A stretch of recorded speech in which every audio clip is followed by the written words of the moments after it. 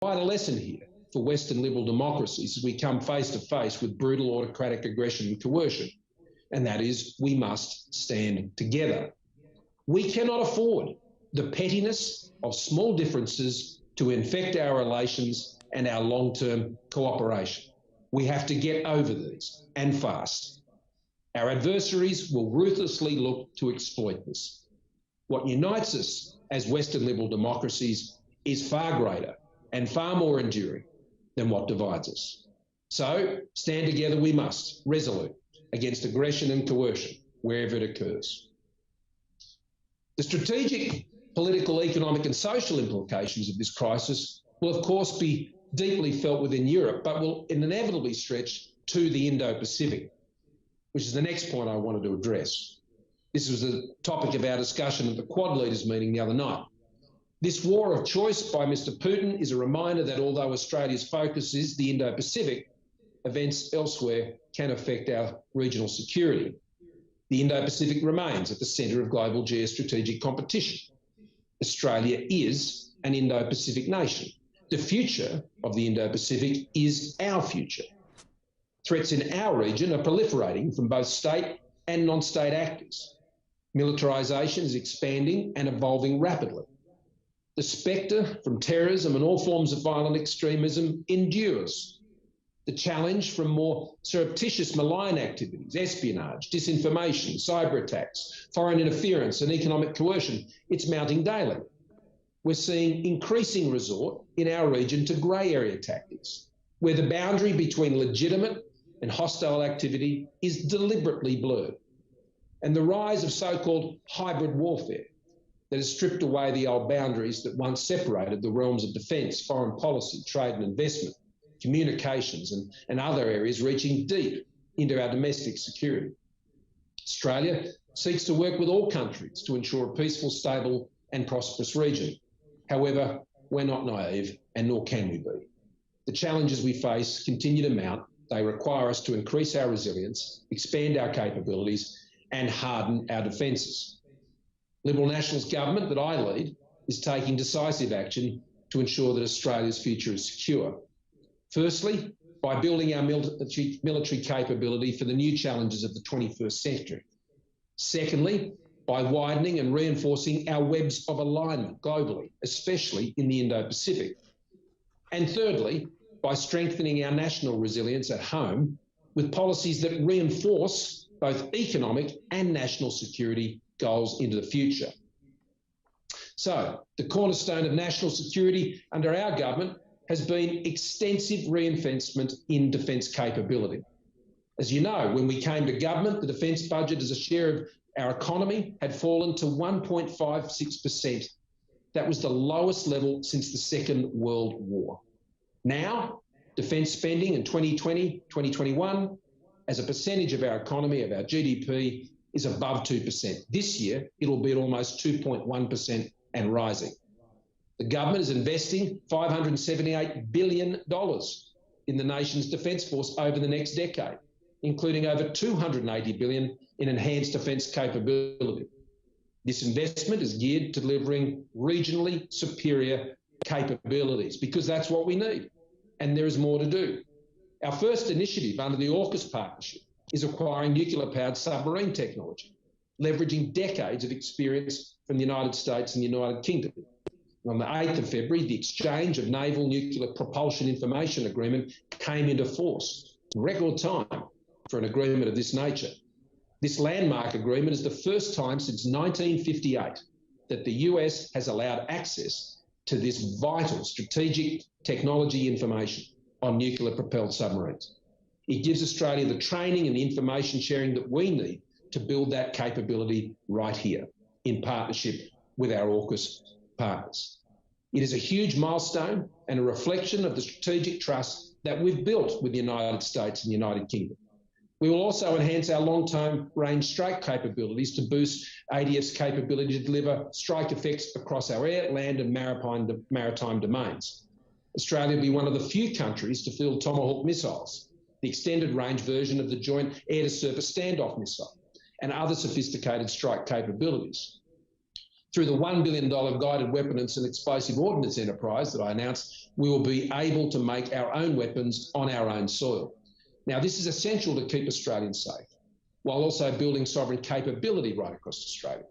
We are developing niche technologies to enhance our capability and partner interoperability in space and advanced cyber domains. But it won't end there. Alongside new capabilities, we must ensure they are deployed to maximum strategic effect. It was back in 1987 that the Hawke government announced a two oceans basing plan for the Royal Australian Navy. The intention was a Navy capable of deploying major fleet units for sustained operations off both the east and the west coasts.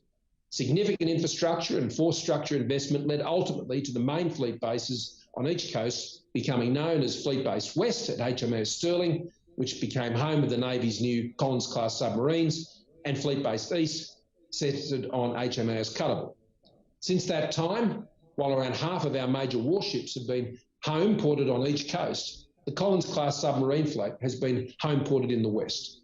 And there's been good reason for this, particularly to avoid duplication of facilities and infrastructure to ensure we had an industrial base capable of supporting submarines. However, tomorrow's capability, particularly now in the context of AUKUS, calls for new thinking. Today, I can announce that the government has decided to establish a future submarine base on the east coast of Australia as well, to support basing and disposition of the future nuclear-powered submarines. This is about additional national capacity, not relocating any existing or planned future capacity for Fleet Base West. Fleet Base West will remain home to our current and future submarines, given its strategic importance on the Indian Ocean. The decision to establish an East Coast submarine base has been many years in the making as part of the transition from Collins. However, the government has now determined that to support our decision to acquire nuclear-powered submarines, establishing a second submarine base on our East Coast will enhance our strategic deterrent capability with significant advantages in operational, training, personnel and industrial terms. An optimal East Coast base would provide home-ported submarines with specialised wharves, maintenance facilities, administrative and logistic support, personal amenities and suitable accommodation for submarine crews and support staff, including those visiting. It would also enable those visiting of US and UK nuclear-powered submarines. Following significant work by Defence, reviewing 19 potential sites, 3 preferred locations on the East Coast have now been identified. They are Brisbane, Newcastle and Port Kembla. Now, all 3 locations meet many of the criteria that the government agreed would need to be met to support our strategic objectives. And they include, which is important, being close to sufficient industrial infrastructure that will be able to support the complex demands of maintaining and repairing high-tech submarines in an efficient and affordable manner. Secondly, being close to large population centres to optimise our ability to attract, recruit and retain the substantially larger uniformed submarine workforce we are building to crew and support future submarines. And being reasonably proximate to our primary maritime training and operational areas, to deep water and to weapons storage and loading facilities. And there's ensuring that the location of the base provides strategic depths as far as possible from potential threats and supports the mounting and sustaining of operations. Our government has authorised Defence to immediately begin engaging with the New South Wales and Queensland governments, and I was in contact with both of the premiers last night, and relevant local governments also, and authorities to further validate their work to date and to begin negotiations on what will be an enormous undertaking. This initial work is expected to be completed by the end of 2023 and will ultimately form part and be informed by the work underway right now by the Nuclear Submarine Task Force. Now, Defence has not constructed a major new base since Robertson Barracks in the 1990s. Construction of a new East Coast submarine base would be a larger undertaking and the largest infrastructure investment in the Integrated Investment Program of our Defence Forces. Based on early estimates, we have provisioned nationally more than $10 billion to meet the facilities and infrastructure requirements for the future transition from Collins to the future nuclear-powered submarines over the next 20 years, which includes, but is not exclusive to, the East Coast submarine base. We'll also be spending and investing more in the West too, as part of the required upgrades to infrastructure in other locations. And I'll have more to say about that in the weeks ahead. The establishment of a new submarine base on the East Coast will bring significant positive long-term economic benefits, and they're obvious. Investment associated with building a new greenfield submarine base, as well as the economic benefits flowing from a larger ADF population and their families in and around that base. There will also be significant benefits for local and national industry in supporting the new base and the more complex and larger nuclear-powered submarine fleet. Again, none of this detracts from what we will be doing, have been doing, and will continue to do at Fleet Base West, which is central to our future. Australia, though, we never act alone. We are most successful when we work with others. We carry our weight, and that is why we have been so successful in forming so many new like-minded partnerships essential to protecting our national interests and keeping Australians safe. Since 2018, my government has done the hard work of diplomacy to build these relationships and shape our strategic environment, building what we call webs of alignment. We're taking a multi-layered approach, deepening our bilateral, regional and multilateral engagement. Through the G20, to promote resilient recovery from the pandemic. Through our participation at the G7+, we've made a strong contribution at the G7's invitation to build our collective resilience as open democratic societies and economies. Our new AUKUS trilateral security partnership leverages 70 years of working together with the United States and the United Kingdom to protect our shared values and promote security and prosperity. It is the most significant defence partnership since ANZUS. We've reinvigorated the Quad partnership with India, Japan and the United States with a new leaders dialogue that met again only this past week to discuss the implications of the war in Europe, specifically for a free and open Indo-Pacific. We've completed the reciprocal access agreement with Japan, the first such two-way agreement that Japan has ever entered into. Our cooperation is delivering in the Quad vaccines, setting standards for critical and emerging technologies, enhancing clean energy innovation and boosting supply chain resilience. Australia recently became the first country ever to agree a comprehensive strategic partnership with ASEAN, demonstrating the primacy of our engagement with Southeast Asia. These elevated ties build on nearly 50 years of cooperation as ASEAN's first ever dialogue partner. ASEAN sits at the heart of our region's architecture. Its stability, security and growth is fundamental to our own. To our north and east, our Pacific Island nations are our family. Our futures are inextricably linked. And whenever a family member needs help, we have always helped, and they have in return. And we will always continue to be there for our Pacific family. In the Indo-Pacific, we are working with European partners to help bolster the principles that underpin stability for decades. We will look at practical ways to support Europe's Indo-Pacific strategy.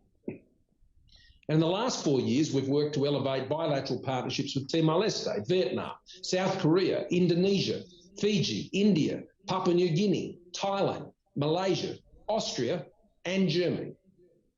China's growing power and influence, though, are a geostrategic fact that is known to all of our partners. What we care about is how Beijing uses its strength.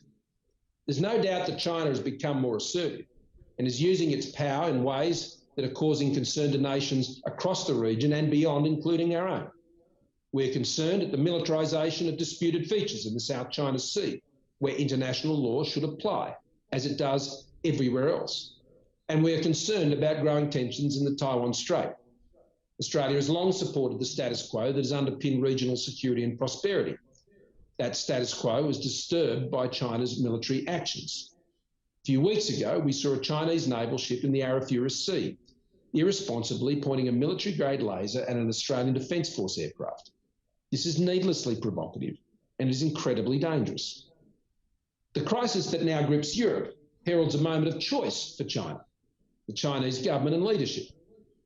Under Mr. Putin, Russia has chosen the path of violence and seeking to overturn the global order. The world has heard China's words about its commitment to global peace and respect for sovereignty and territorial integrity and playing a positive role in the international community for a very long time now. So it's now up to China and their leaders at this hinge point of history to demonstrate that these are more than just words. but I fear the early signs are not good, as following the Xi-Putin meeting in Beijing at the Olympics that preceded the invasion, the Chinese government has acted to throw Putin's Russia an economic lifeline, relaxing trade restrictions on Russian wheat. And today, we even hear of UnionPay's potential involvement out of China in supporting a payment system in Russia. China's language has also pretended to an equivalence of interests between Russia and Ukraine, and even a legitimate cause for Russia to invade Ukraine. No country would have a greater impact right now on Russia's violent aggression towards Ukraine than China joining the rest of the world in denouncing Russia's aggression and applying the same sanctions we have. So far, they have not. To building our resilience at home, alongside building our military capability and our network of relationships, we must work on the other pillar, which is vital to our national security. We must continue to build our economic strength and resilience at home, to continue to give Australia the ability to make our own decisions and for us to pursue our own path. So let me touch briefly on three areas where the government has worked to build such resilience: cybersecurity, critical infrastructure protection, and sovereign manufacturing capability. Firstly, our 2020 cybersecurity strategy set out a comprehensive $1.7 billion 10-year plan to achieve our vision for a more secure online world for Australians, their businesses and the essential services upon which we all depend. We've invested in the capabilities of the Australian Cybersecurity Centre, with a particular focus on enhancing our capabilities to protect our critical networks and infrastructure. We've enhanced the powers and capabilities of our security agencies to combat cyber criminals. One example is the work of our world-class Australian Signals Directorate, which has actively undertaken offensive cyber action during the COVID-19 pandemic to hack back and disrupt offshore cyber criminals scamming Australians. We've also been investing in growing the human capital, so critical to creating a secure digital economy, our cybersecurity workforce. Secondly, our government has been at the leading edge of protecting Australia's critical infrastructure to secure the essential services all Australians rely on, everything from electricity and water to healthcare and groceries. In 2017, as Treasurer, I announced the establishment of a Critical Infrastructure Centre to coordinate the management of the complex and evolving national security risks to our critical infrastructure. Since that time, we've passed laws that enhance the security of the management and operation of critical infrastructure assets, that introduced mandatory incident reporting for critical infrastructure entities that experience serious cyber security incidents. And that allowed the government to use its unique capabilities to assist industry to respond to immediate and serious cyber attacks on Australian systems. We intend to pass an additional round of critical infrastructure protection legislation when we return to the Parliament, and we look forward to doing that. And thirdly, the COVID pandemic has underscored why it's important to maintain a sovereign manufacturing capability. This is also central to our nation's economic plan. The Coalition's $1.5 billion modern manufacturing strategy is securing Australia's sovereign manufacturing capability and supporting supply chain resilience. It focuses on 6 priority areas: space, medical products, food and beverage, recycling and clean energy, resources technology and critical minerals processing, and of course, defence.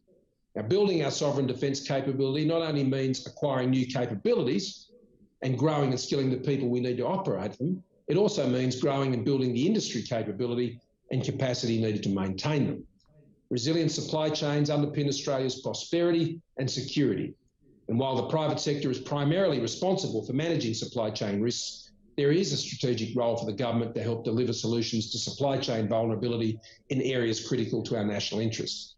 Recent experience provides examples of how supply chains of critical goods are vulnerable to a wide range of impacts: COVID effects, economic shocks, coercive action, workforce stoppages, freight delays, natural disasters, demand surges and disruption at global production centres. Now, not all manufacturing and supply chains can or should be addressed domestically.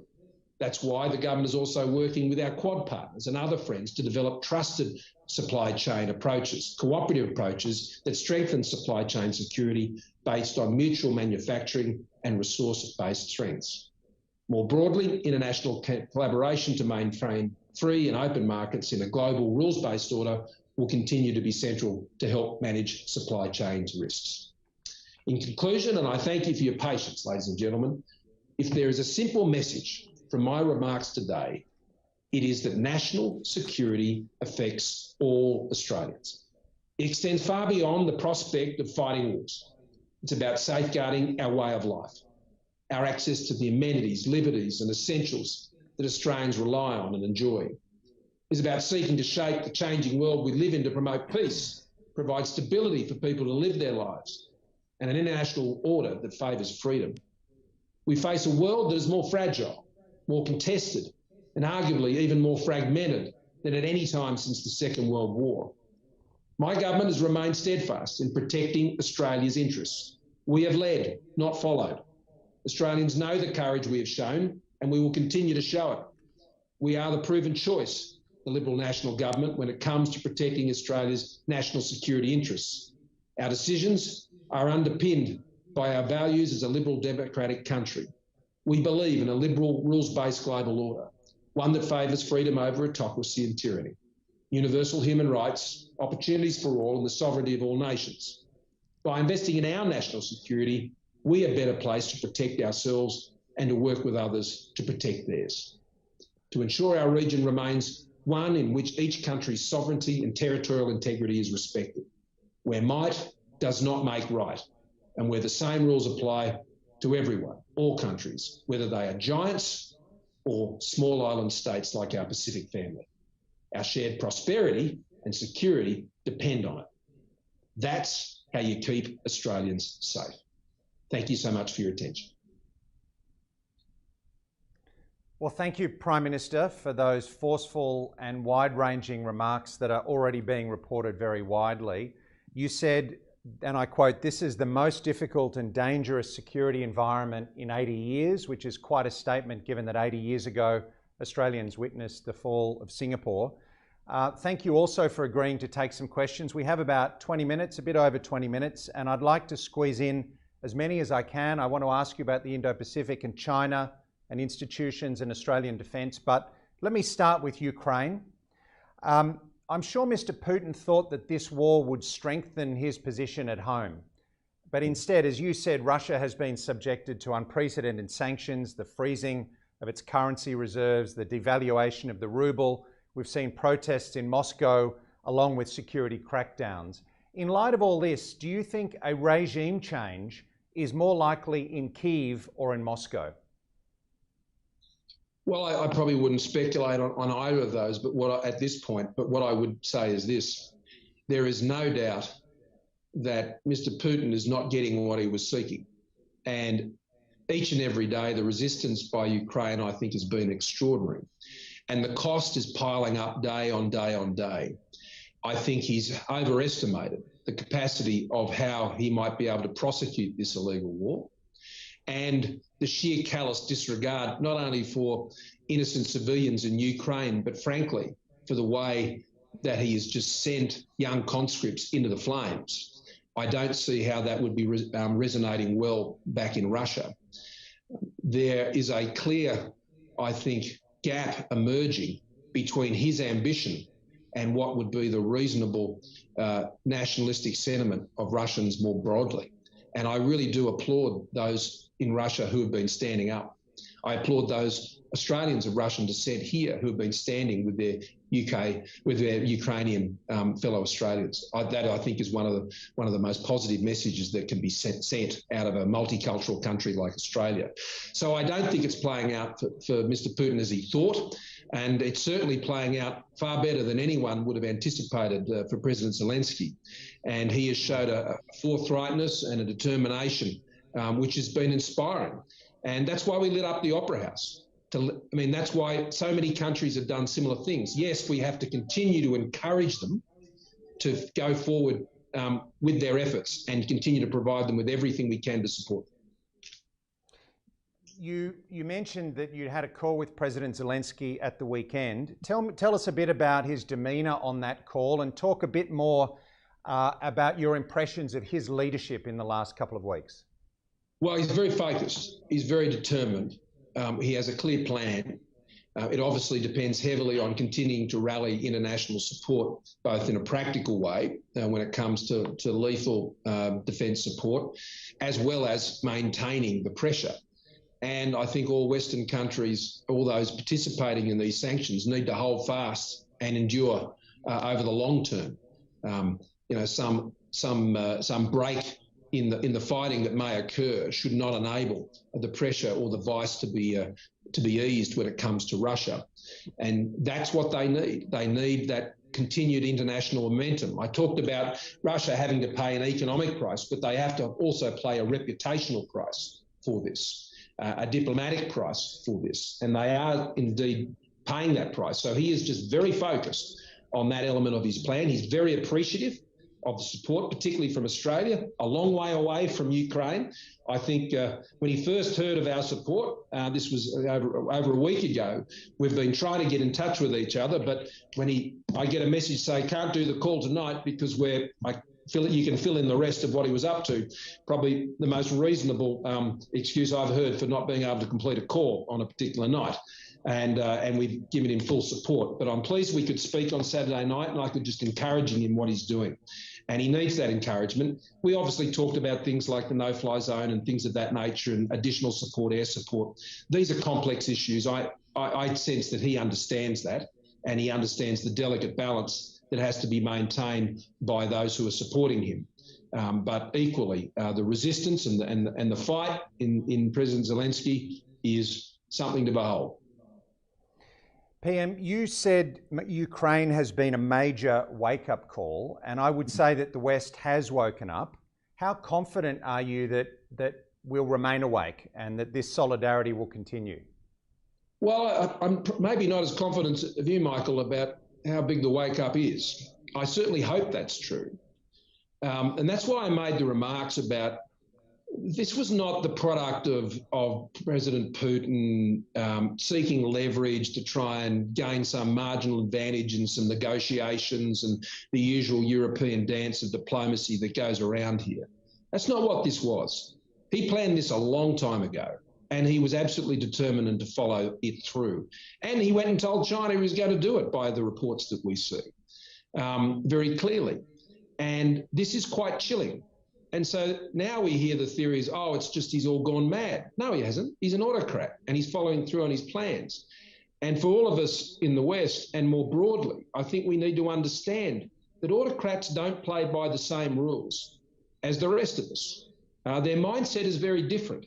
And I found it quite chilling when I spoke to other leaders about conversations that they've had with President Putin about these issues, and they're subjected to a rather lengthy lecture on nationalistic aspirations of Russia and what is rightly theirs. That has a chilling reverberation with similar lectures that I've been on the receiving end of about situations in the Indo-Pacific and what people claim to be theirs.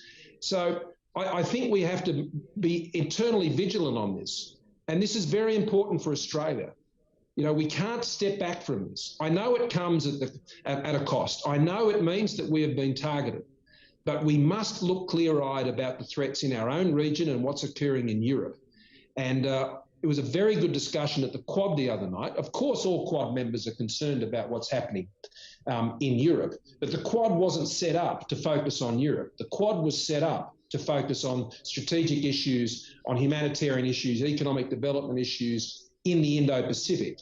And so President Biden and Prime Minister Modi and Prime Minister Kishida and I had a very lengthy conversation about why it's so important that a price is paid for this aggression and that we understand fully the nature of the work and planning and determination of autocrats. All right, let me go to Russia and China. Today you referred to an arc of autocracy, which I presume includes both Beijing and Moscow. Yesterday, the Defence Minister, Peter Dutton, called this relationship an unholy alliance. Tell us a bit about this relationship. How tight is the relationship?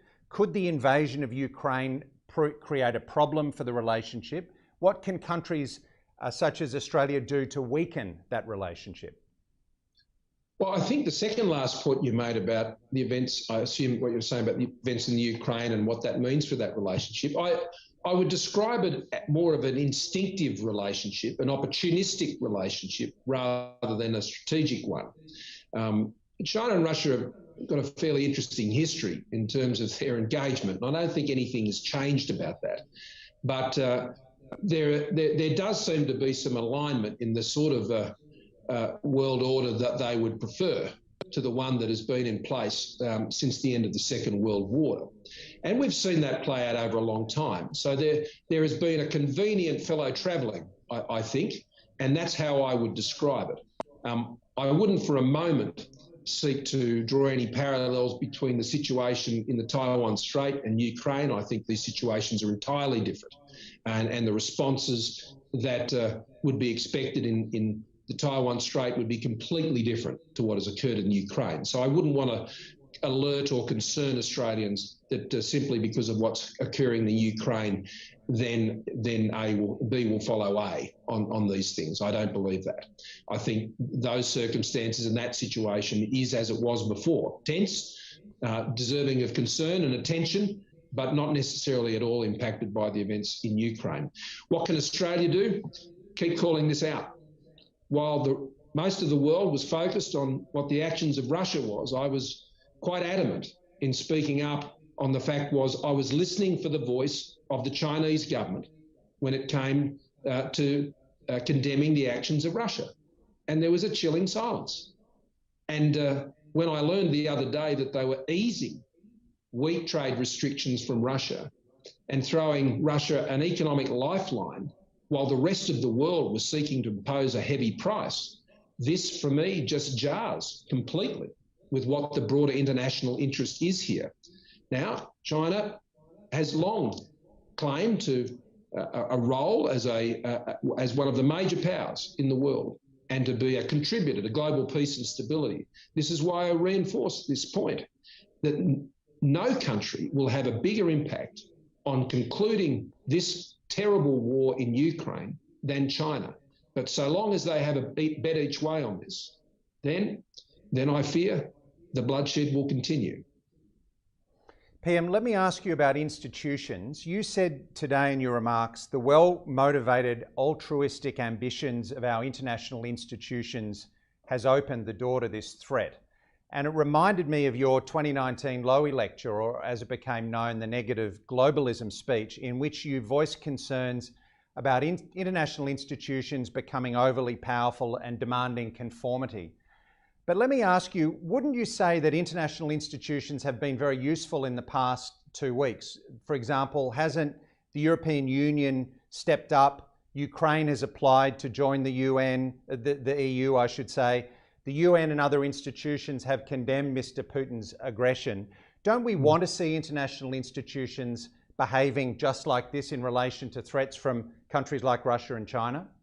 Of course, and I will call that positive globalism. My remarks several years ago was simply to draw attention to one, I think, of the less helpful elements of how international institutions operate. We're a great supporter of international institutions. And what I also said in that speech, as you may recall, is we then set out and have had some success. Think, of course, to the the election of Matthias Cormann as Secretary General of the OECD. We set out on a very clear path of seeking to have greater influence in these institutions to ensure they are focused on what we believe were the most pressing issues. And we have been working hand in glove with many other like-minded countries to ensure that international institutions are not being hollowed out and hollowed out in plain sight by some who would seek to take them in different directions. We've worked on many candidacies of many countries to support them in a lot of these institutions to ensure that they focus on a positive agenda. The point I was also making today, though, Michael, was that it is right and good. So it's not so much a criticism as an observation. It is right and good that we would want international institutions to work with member states to try and deal with the big economic and environmental challenges that we face. This is a good thing. But by the very open nature of that process, we have become exposed to interference to subversion, to a range of other things which can take that agenda off track. And, there are a lot of concessions that have been given, whether it's been in trade or so many other things, in our own democracies. I mean, we are open democracies that are open to foreign investment and all of these things. This is a good thing. But at the same time, it comes with a double-edged sword risk of a vulnerability. And that has been taken advantage of. And I think that is clear. So what has been our response domestically? Foreign interference legislation, a raft of other measures which have sought to improve the resilience of liberal democracies to these sorts of threats. And I think international institutions need to be just as wary of these things, just as countries like Australia have. And Australia has led the way in this area. I mean, when I tabled those 14 points at the G7 Plus, they were surprising. They were surprising to many around that table. And it's important that we continue to do that. Because I said, if it's not us, then who is it? Let me come to AUKUS and Australian defence capabilities. How does the invasion of Ukraine affect the argument for nuclear-propelled submarines for Australia? Well, I don't think it changes it at all. I mean, it was already compelling and overwhelming. So I think, yeah, sure. I think it highlights the work of autocracies as I've outlined, and I think it highlights the higher threat environment in which we need to operate and why we need greater capabilities. But I think all of those points were the driving forces of AUKUS before these events took place, and it continues to carry it. Yesterday, the Defence Minister, Peter Dutton, said that the discussions with the Americans and the Brits since the AUKUS announcement had been incredibly productive, and the government would make an announcement in the next couple of months about which boat we're going with and what we can do in the interim. Let me put a question to you from Ben Packham at The Australian. Will this announcement be made before the election? And if it is, will there be consultation with Labor given the long time frame of the program? No, we don't anticipate that decision will be made before the election. We don't, and no one should expect it to. It won't be done in that time frame. And as Ben rightly points out, that would involve a whole nother process, particularly during a caretaker period leading up to the election. But I can confirm what Peter has said, that we have made a lot of progress. I mean, we haven't let the grass grow under our feet on this. Admiral Reid has been out here most recently. He's been down in South Australia. There's been an enormous amount of work that has been going on in that 18-month process that we set out. But the 18-month process isn't just about deciding the technology option and the boat option we go forward with. You've got to make that decision, and then there's a whole series of things that have to take place after that. But I stress this as the Minister of Defence did. This is a trilateral partnership. This is not a procurement contest.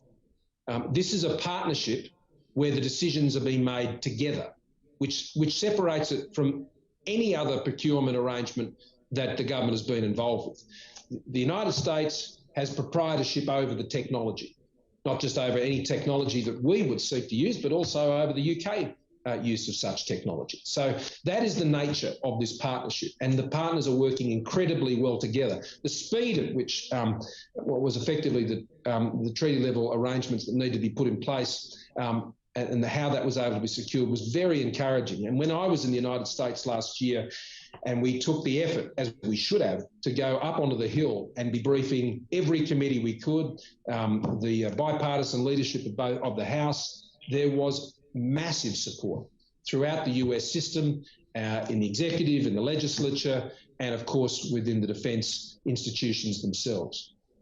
Same is true in the UK. PM, I have a question from Andrew Caldor, and Andrew asks as follows. The invasion of Ukraine has triggered a massive wave of people fleeing to Australia, fleeing to safety, I should say. Will Australia increase its quota of refugees to allow a larger number of these desperate people to resettle here? Well, just like with Afghanistan, if we need to, we will. And as I said, the first thing we did is we immediately put to the top of the pile all Ukrainian visa applications. Now, at that time, this is 2 weeks ago, there was about 430 outstanding. They were quickly resolved. And over that 2-week period, we've now processed and granted some 1,700 visas already. Now, they're 1,700 visas in the normal migration program. And this is, I think, one of the points of difference with a Ukrainian migration, and that is we are more likely to see them use many more points of our migration program, the family program, the skilled program, the student program, and so on. And there'll be a mixture of both temporary and permanent visas. Because particularly in my discussion with the Polish Prime Minister the other night and other members of the European Union, their expectation is that 1.5 million people have left Ukraine, that the overwhelming almost entirety of those will want to return to Ukraine if they can. And so that's why I highlighted the potential role of an arrangement like the Kosovo's arrangement, which was highly successful. We provide a temporary safe haven, and they were then able to return to their homeland, which is what they wanted to do. Now, I expect we'll see the same thing here with Ukraine. But, you know, we are preparing those options, but we are also not stepping back on the commitments to our Afghan humanitarian program, which continues. So PM, finally, PM, just for the final question, let me go back to where we started with Ukraine. How do you think this dreadful event will end? And how confident are you that at the end of it, Ukraine will be sovereign, independent and whole? Well, I'm not confident of that outcome at this point. But nor can Mr. Putin be confident of the outcome he thought would come so easily. And I think this is a very important point. I think there has been an overestimation of Russia's capability, and that has been made more broadly. And I think that has been made in Russia. And I think that forces a recalibration of what some people think they can do. It might look all good on paper. It might look like what can be achieved from what the generals and others tell you. But few strategies survive contact with the enemy, as the Defence Force generals will tell you. And I think that has been lived out in a very candid way in Ukraine. And what we will certainly see in Ukraine is a prolonged resurgence. I think what we'll see is a resistance in the Ukraine, which will only grow over time. I think any gains that are potentially made will be very hard to hold. And this all goes to our view about what our response should be, and that is impose the heaviest possible price for as long as possible to deter any other autocrat from thinking they can go down a similar path and it can be done easily or quickly. Well, that's all we have time for this afternoon. Prime Minister, thank you again for joining us today. We know you have many commitments. These are very important issues and we're grateful to hear your thoughts on them. Well, thank you, Michael, for the opportunity again, and thank everybody for their patience. There was a lot to get through today, and I appreciate your attention. Thanks again. To our viewers online, let me tell you that at lunchtime this Thursday, we will be hosting the Leader of the Opposition, Anthony Albanese. It's a busy week here at Bligh Street. Mr. Albanese will speak to us about how a Labor government would deliver national security in a complex world. We hope that you can join us for that. But in the meantime, thank you again for joining us today at the Lowy Institute for this special event with the Prime Minister. Thank you and good afternoon.